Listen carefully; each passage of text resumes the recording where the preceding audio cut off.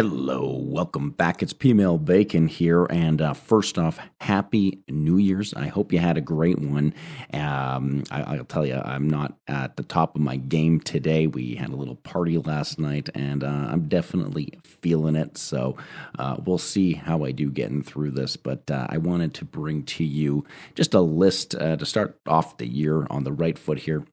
What are we excited for in 2025 moving forward? So I thought, hey, let's talk about the top 5 most anticipated games that I'm looking forward to in 2025. So to be clear, this is my personal list, okay? You don't have to agree with this. And if you're going, well, how does he not have this game or that game on the list? Look, this is my list, okay? If you have a different list than me, go make your own video and talk about what you're excited about, okay? So if you don't agree with this, that's just too bad. Go and complain to ChatGPT about it. I'm also going to only be talking about games that we know are confirmed specifically for 2025. So even though I'm hyped about some games that we know are eventually coming, like example, Silksong, okay? Yeah, I'm as excited about Silksong as the rest of you.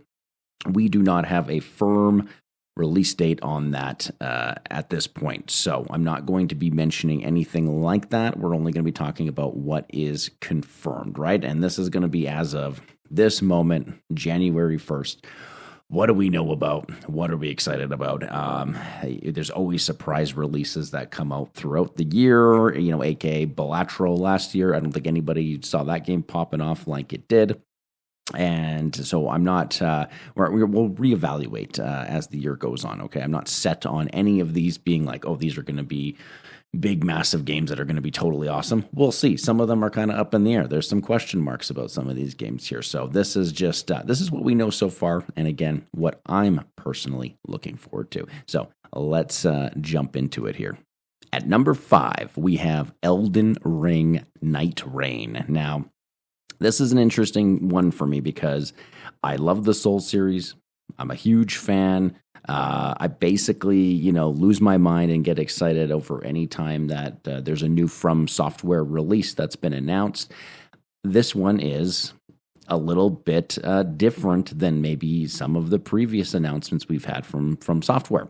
First thing off is that this is an extension of the Elden Ring series, which we really didn't expect to get really anything new Elden Ring related, but here we are. It's technically a brand new game within the Elden Ring, franchise or whatever you want to call it, the Elden Ring lineage. And it is specifically a multiplayer game. It is also, I believe, it seems like a battle royale game based on what we know about it. It seems like you have a limited time to complete certain objectives around the map.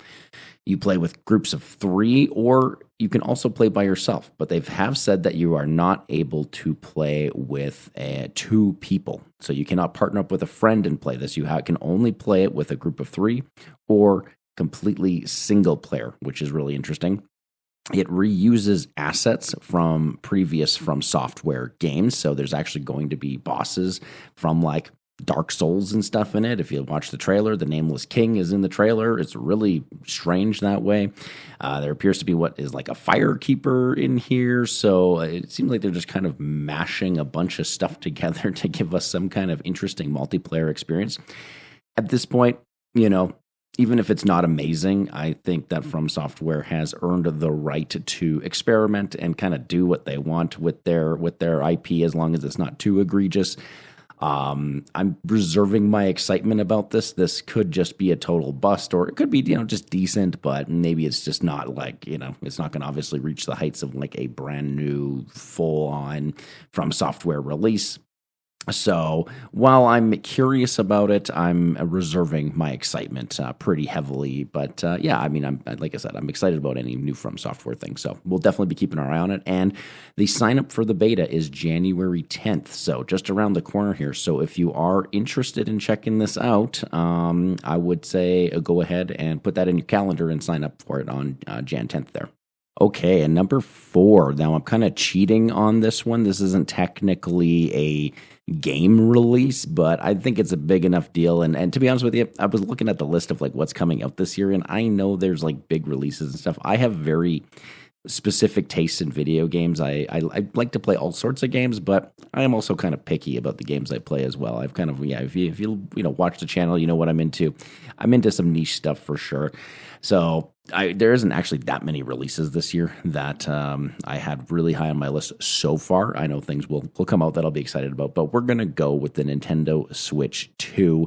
A huge Nintendo fan. Try to keep up with Nintendo as best as I can. It's been harder over the years. You know, the price of entry is pretty high for Nintendo.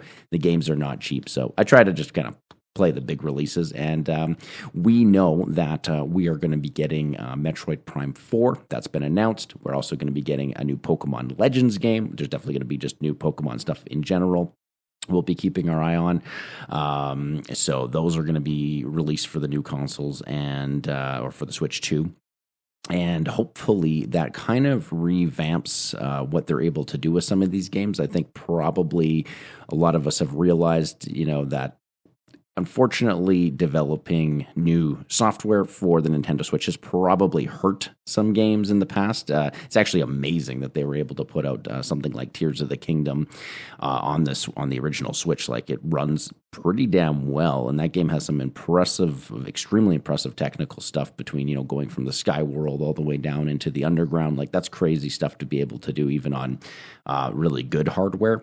And the fact that they even had it running as well as they did was quite impressive, right? Now, to be fair, the actual textures and visuals in that game are not amazing. Sometimes it runs at like 15 FPS, right? So there's things that are really holding back the development of some of these games in a big way. And it's time, right? I feel like we're long past due a Nintendo Switch 2. So I am excited about it, but again, kind of reserving my my excitement a little bit because we don't know what the Switch 2 is going to look like. We don't know the hardware specs on it. We don't know how well these games are going to run on it. I'm always going to be a Nintendo fan. I'm always going to try to, like I say, keep up with new releases and stuff like that.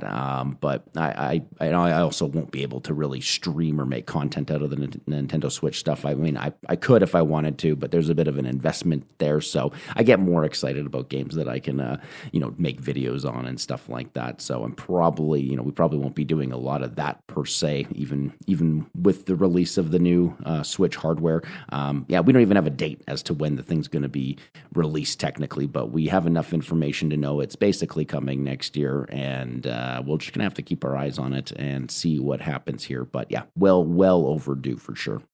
And coming in at number 3 is going to be Doom: The Dark Ages. Now, I never really considered myself a Doom fan for a long time. Obviously played some of the original games a little bit, but I would never have called myself a Doom fan, and that would all change come with the release of Doom 2016, which was kind of the revitalization, the reimagining of the series. id Software is the developer for Doom, Bethesda-owned developer, and they were able to just in an unbelievably amazing way shift Doom into the modern generation with that game.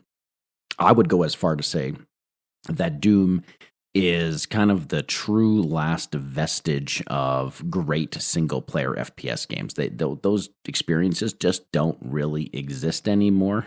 Maybe you could point at something like, Stalker 2. I don't know if people consider that a single-player FPS experience, but I mean, it's very much in the lineage of games like, BioShock or GoldenEye, things like that. Like, those experiences just don't really exist anymore. All the FPS stuff that comes out now has to be some multiplayer, a battle royale live service thing that I'm just not into a lot of that stuff. And Doom has kept it absolutely on the level by just being an amazing first-person shooter single-player experience.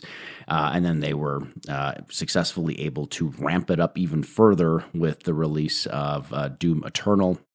That game just cranked everything up to 11. Music, visuals, combat, level design. I think they went in more of like almost a more arcadey direction with Doom Eternal. So I think there was some split among the community as to, okay, did they prefer the more slower, methodical kind of strategy, more or tactical, I should say, based approach of 2016 Doom, or did they like the more fast-paced, action-oriented style of Doom Eternal? That's up for debate, but I think generally, by and large, we all agreed that they're both really amazing games. They were able to kind of just revitalize Doom into a very relevant series in the modern generation. And Doom: The Dark Ages is a prequel to these two games. It's looking like, again, to be even more insane than the last two games. I mean, you have like a shield that seems to be almost have like a medieval kind of aesthetic to it.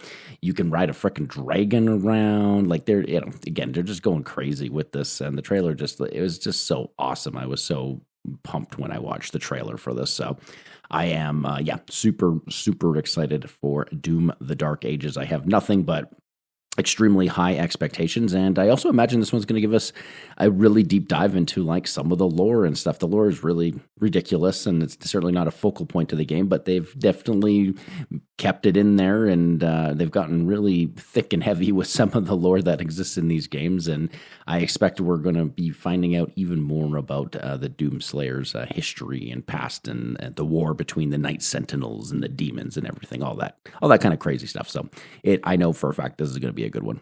Fatal Fury: City of the Wolves. Now, if you're not part of the fighting game community, or you're not really invested in fighting games at all, you have to be aware that there has been what most people are referring to as like a fighting game renaissance that we're basically in right now. I would argue that this probably all started with like probably Guilty Gear Strive. Maybe some people would even go back as far back as like Mortal Kombat 11 or something like that. Not exactly sure when it started, but for me, it was with Guilty Gear Strive. Played hundreds of hours of that game. I love Guilty Gear. And then when Street Fighter 6 came out last year, I put like 600 hours or something into Street Fighter 6. I still play it regularly. If you ever hang out in my stream, you know I play a lot of fighting games there. They are games that I've always played and been interested in, and have a loyalty to, if you will. That being said, over the years, played a lot of Street Fighter, played a lot of Mortal Kombat, played a lot of Smash Brothers, Marvel vs. Capcom. One series that I don't know anything about, and is relatively, I think, foreign to a lot of North American fighting gamers, is Fatal Fury. And there's a bunch of different Fatal Fury games. I just listened to a couple of YouTube videos about the history of the series just to kind of get caught up on it. It has very interesting characters. If you're not aware, Street Fighter 6 is, they introduced a character from Fatal Fury into the game as part of DLC in September, who is Terry Bogard, really, really popular fighting game character. He is literally in Smash Brothers Ultimate. So he's well known. I would say the series is still pretty well recognized, even if you haven't played them yourself. There's also the King of Fighters series, which is probably more popular, I think.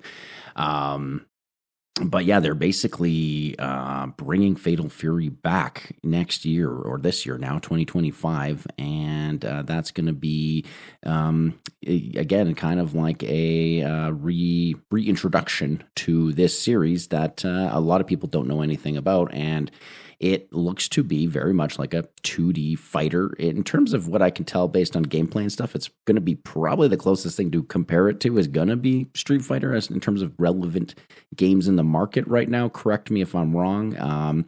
But yeah, I mean, basically what we've seen of it, it looks great. The visual style is awesome. Some people are even saying they like it more than like Street Fighter 6 because Street Fighter 6 is really realistic graphics. I don't know what this is going to be like to play. So it looks good. You can even watch matches and stuff online of some of the early characters that have been announced and stuff, and it looks really tight. It looks smooth. Every new announcement they make looks better and better. So I'm really hoping that this one ends up just being a really great game. I hope I really enjoy it, and if it is, it's going to be one of my favorite games of the year, undoubtedly. If it has good multiplayer, it feels good to play, good characters. They're going to be actually bringing in Chun-Li and Ryu as into their first season pass, I believe, of DLC. So we are going to be getting a couple Street Fighter characters here. If you don't know, there's a big relationship between those two properties. So a lot of exciting stuff with this one. And yeah, basically anything that kind of keeps me interested in fighting games is going to be a major positive for me, and it's going to be high on my list of things that I'm at minimum interested in. But yeah, if this is a good one, I expect to sink hundreds of hours into it. And finally, coming in at number one, probably maybe no surprise for a lot of people here. I think a lot of us are in the same boat around this one, but that's Monster Hunter Wilds. And this really feels like a build-up over many, many years now of a couple different things. Number one, the Monster Hunter franchise is becoming more and more and more popular. I would say, again, like it's one of those things where I've slowly become a Monster Hunter fan over the years. I had one on the DS back in the day, enjoyed it. It was fine. Definitely didn't convert me into a hardcore fan. And then, of course, Worlds came out. I love Monster Hunter World. Spent, again, couple hundred hours in that, just playing that game, and love the co-op, and it looks great, and I still get cravings to go back and play it. I also enjoyed Monster Hunter Rise. While I don't think it was as good as World, it was understandable that it was, a Nintendo Switch exclusive when it originally came out. They were trying new things. There's some great things in it, like being able to ride the Palamute around. So they've continued to evolve the series. People have become more interested. They've tried to make it more accessible, more faster paced, and just more appropriate for like a wider audience. Some people in the community maybe seem a little bit split on that as well, that it doesn't have like the tracking of the monsters like it had in the old one and stuff like that. Okay. However, the strategy is working. You could almost parallel it with what we've seen with like Elden Ring, right? Elden Ring was massively successful. It wasn't an overnight success just because it was a great game. It was because it was years and years and years of build up through games like Dark Souls, Bloodborne, Sekiro, and they had such a rabid fan base that wouldn't shut up about it, myself included, right? I was on every single forum or community group I could participate in talking about those games. I would, right? And I think that's what we're seeing here with the Monster Hunter Wilds release. Potentially, we are seeing like this massive buildup of community support, word of mouth, and excitement around the franchise. And I think when we see that release, it's going to be doing unbelievably well. In fact, the beta, I think, peaked at like 400,000 plus users or something like that when it launched. And the beta didn't even really work very well. That's my one caveat here. Even though I'm more excited about it, or probably the most excited about it, about all the games that we know about so far this year. I actually have to I'm at a point where I have to upgrade my PC to run some of these games. So Monster Hunter Wilds has pretty demanding PC specs. If you're playing it on PS5, you're going to be fine. I'm a little scared, but I'm going to have to get my PC upgrade done before this thing launches so that I can enjoy it to its fullest. That comes out at the end of February. It's just around the corner. I probably won't be playing it right on launch day, but we will definitely be playing it this year, early on this year, hopefully at some point. And then also just say Capcom in general, been knocking it out of the park for like quite a long time now. I mean, we can go back and, I don't know, let's go back to Devil May Cry 5, right? Resident Evil 2 remake, Resident Evil 4 remake, Street Fighter 6, of course, Monster Hunter. Like, they've just have not really done too much wrong over the years. Like, they are one of the best top developers out there. And while they might not make every right decision in every case, I can think about some examples like microtransactions in Street Fighter 6, for example. Those have been fairly interesting to watch all that play out. They are at the top of their game right now, and basically, yeah, we should be excited about anything that Capcom is putting out. So there you go. That's my list for 2025 so far. Okay. Certainly going to probably be updated as time goes on here. Let me know if there's anything major I'm missing. If there's something that you think that I should be excited about, should keep my eye on. If there's any indie games, that's the tough one. These are obviously all pretty big releases I've talked about here. But I often find by the end of the year, my favorite games are, in a lot of cases, indie games. So I expect there's going to be some indie games here that'll be coming in at my top 10 list at the end of the year. But yeah, let me know if there's something I missed. Let me know what you're excited about and what you're looking forward to. And we'll see you next time.